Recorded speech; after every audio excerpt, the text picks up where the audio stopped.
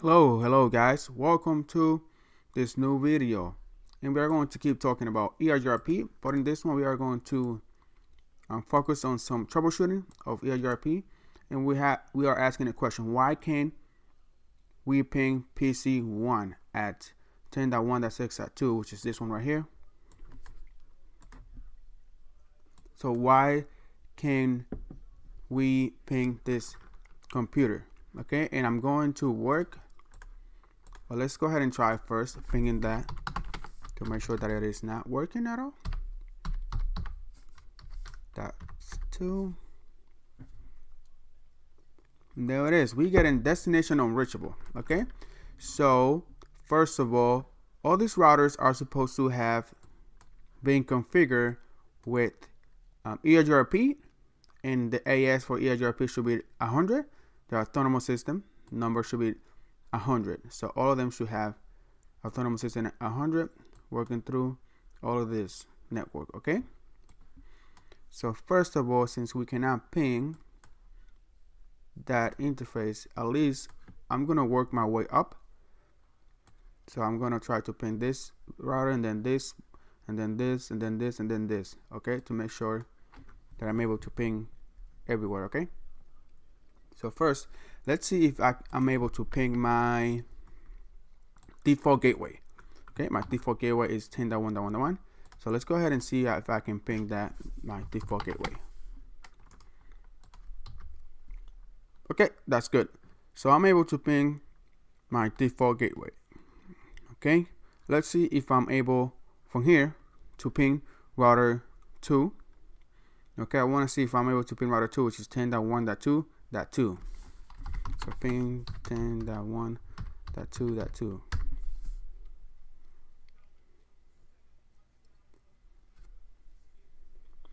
Timeout. So it is timing out for some reason. Okay, I cannot ping, so there is something wrong with either router 2 or router 1. So let's go ahead to router 1. Let's go ahead and enable. Oops, that's not how you spell enable. Enable. Ping. Let's ping from this interface to that interface to see if we can ping it. 10.1.2.2. Okay, so I'm able to ping it. Okay, now let's see if we have if router 1 is a neighbor to router 2, if they are neighbors. Let's see that. So show IP EIGRP neighbors. And we see right here sorry, that we have EIGRP neighbors process, or the autonomous, the AS is 100, but we don't have any neighbors. Okay, let's do a show run to see if we are advertising that. Okay, so we are, so router 1 is good. Router 1 has network 10.1.1.1, that 10.1.1.0, which is this one, and he also has 10.1.2.0, which is this one right here, and he has the wallcard mask. It looks good, nothing else, nothing fancy. Let me see. Okay, so this is good. Let's check router 2. Enable. Oops, I got this here. Let me pause it for a little bit. I'm sorry for that, guys, until it comes back up. Okay, so now let's see. Let's do a show IP route EIGRP, or let's do a show. Let's see, EIGRP neighbors. Okay, and but I can see right here the process ID, or the AS for this one is 101, and for this one is, let me see, neighbors for this one is 100.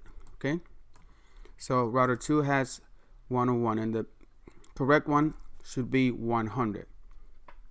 Okay, if we do a show run,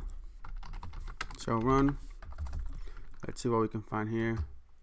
Yes, so the router EIGRP 101, this one's supposed to be 100. It has everything configured correctly. So what we could do, just copy this and let's delete that one. So we go to config T. Let's do a no EIGRP, or no router EIGRP 101. So we're going to negate that, and then we're going to create the right one, which is this one, 100, and then we're going to paste this two networks that I copied. Okay, so now we can see that we have two neighbors now, which is 10.1.2.1, which is this one, router 1, and 10.1.3.2, which is router 4. Okay, so we can go show IP EIGRP neighbors. So now you can see that we have two neighbors, so that's great. Now let's see if we can ping router 2 again from PC1.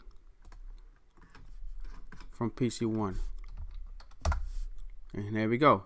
We are able to ping router 2. So router 2 is working. Now let's see if we are able to ping router 3. It's supposed to be router 3. Okay. Router 4, so you guys don't get confused with what I'm talking about. Router 5. This is router 1. Okay, so let's go ahead see if we are able to ping router 3 on this interface, which is 10.1.3.2. Ping 10.1.3.2.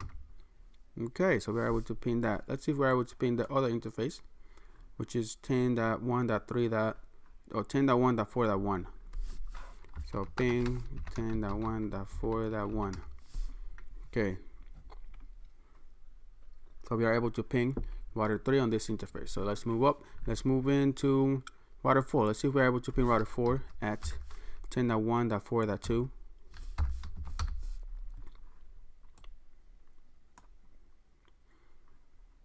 And it looks like it's timing out, so we are not able to ping router 4.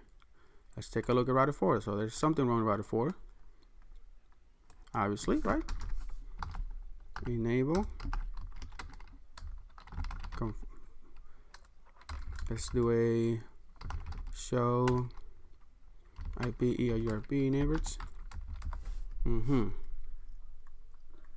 So we don't have any neighbors, but it is in process in the AS number 100, which is the correct one, because number 3 has 100.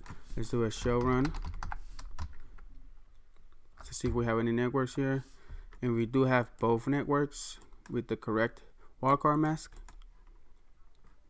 right, which is 10.1.4.0 wildcard mask 0.0.255, and this one is 10.1.5, the same wildcard mask, so that's good. Okay, so what is wrong with this one? Let's see, let's go to router 3. Let's do a show enable, show run.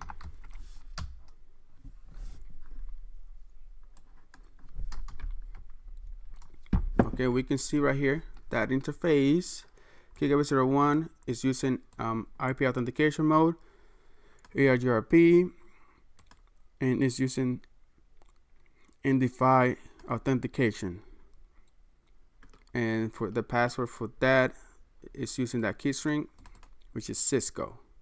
Let's see if router 4 is using the same one. Show run,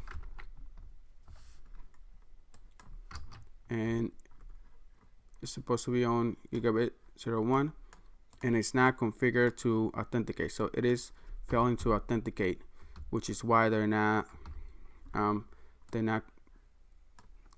being neighbors right now, so they're not converging. So let's see, we're gonna have to do that to authenticate and add the password as Cisco, I believe. Let's see, yep, password Cisco. So keychain test. Okay, let's go ahead and do that. Config T keychain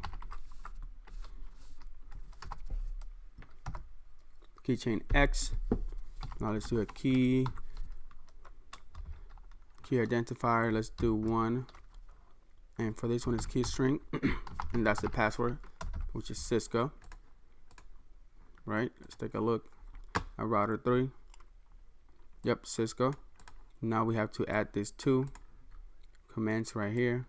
So on Gigabit 0/1, so we can just copy this,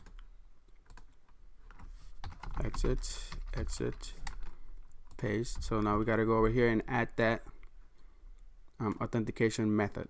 So what we need to do first is add the IP authentication. We need to do the mode EIGRP, and the EIGRP is 100, which is the one that we're doing, and we are going to tell it to use MD5. Okay, so now we have to do IP authentication again, and we have to do the keychain EIGRP 100, and we are got to tell it from where to get that password, and it's going to get the password from keychain X. So all we have to do is add an X over here, and there it is. As soon as I added that keychain X, which has password Cisco, the same as router 3, we were able to form a neighbor relationship with router 3. So now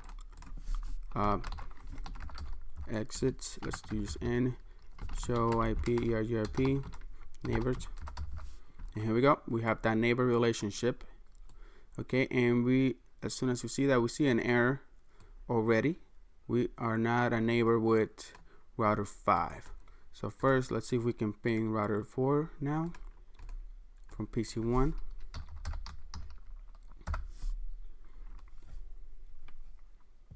There it is. So we're able to ping 10.1.4.2. Let's see if we're able to ping 10.1.5.1. 5.1, which is this interface on router 4. And we're able to ping it. So let's see if we're able to ping router 5.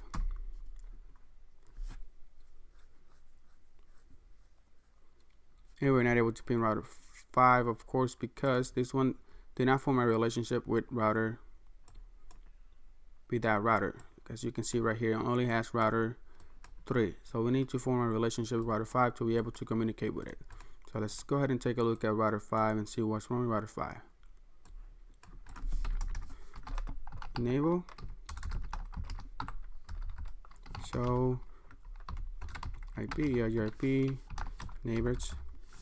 Okay, it's using the correct process ID or the AS. So now what we need to do is, let's do a show run, see what's going on in this.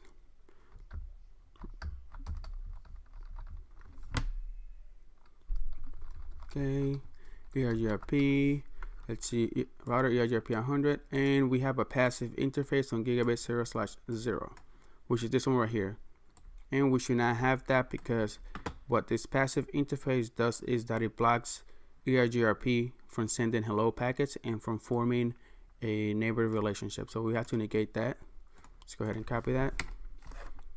Config T, router EIGRP 100, no passive interface, and we had to add the right passive interface, which needs to be the one facing the switch, which is this one, not 2, it's 1. Okay, let's go ahead and add that. And now as soon as we negate that command, we can see that we have a neighbor relationship already. So let's go and show IP EIGRP neighbors, and now we have a neighbor configured. So that's great. So that means that we should be able to ping from PC1. We should be able to ping router, let's do, this is PC1, this is PC2, and this should be PC1. Okay, so let's see if we are able to ping from PC1 router 5, which we're not able to do it, as you can see right here. Let's go ahead and ping, and here it is. It is able to ping router 5. So now let's see if we are able to ping router 5, but on interface gigabit 0/1, and there it is. We are able to ping router 6. Now let's see if we are able to ping PC2.